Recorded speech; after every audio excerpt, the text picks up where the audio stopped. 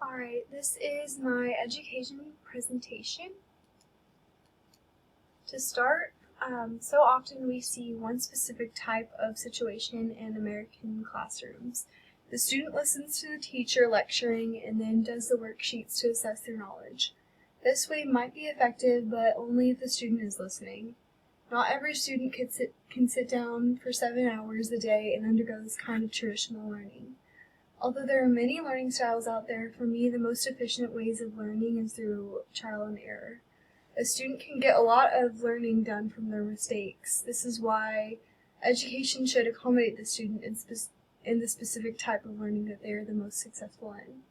Through a bond with students, teachers can get to know what types of learners the students are. So for what I did for this project is I taught myself how to Photoshop. I already knew a little bit of the skill going into it, but I just wanted to know more of the basics and all the tools I can use. So this is kind of how I did it. Here's an example. So what you do is if you want to Photoshop one thing onto another picture, like Snoop Dogg holding like a Nerf gun, what you can do is you go to the toolbar, you click on this little icon, go to the magnetic lasso tool, and you click anywhere on the thing, and then you just kind of drag it and outline the object until you're done, which just takes a while, so I'm just gonna stop it right there. But I already had one outlined, so this is really how you do it. So you're going to go down to the layers right here, and you're going to drag it into the box and then place it on the picture. So after you do that, you're probably going to want to rearrange it. So you go to the edit tool and you go to transform, and you're going to have like all these options to scale it, rotate it, skew it, distort, perspective and warp. You can rotate it, flip horizontal, flip vertical, anything you want to do. So that's kind of the basics of what I learned how to do. This project was a little challenging at first because photoshopping can be tedious, but practice did eventually make perfect, and many trial and errors helped me to find new tools. I learned how to put text on a picture, enhance a photo by putting different filters on it, adjusting things like contrast, saturation, and brightness, and cut out an object or a person from one photo and put it on top of another, like I just showed you. Additionally, I'm going to talk about Howard Gardner now and his multiple intelligences.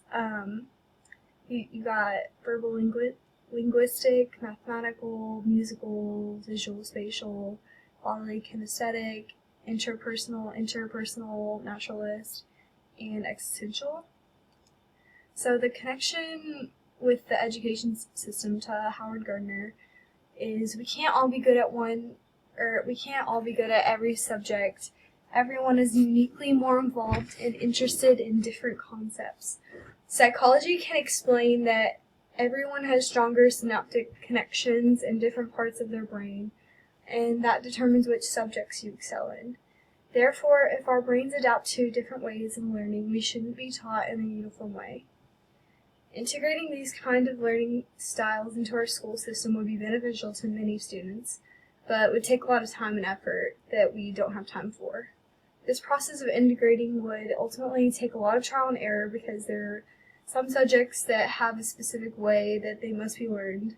The first step would probably be for the teachers to find out how the students learn the best.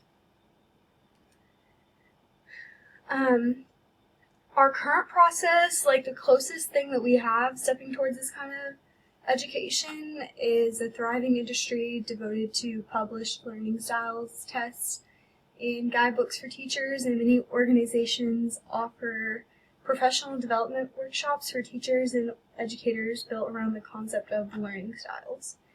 If more teachers and administrators were as motivated for their students to succeed, they would make more of an effort to attend these workshops, read these guidelines and integrate this learning into their classrooms.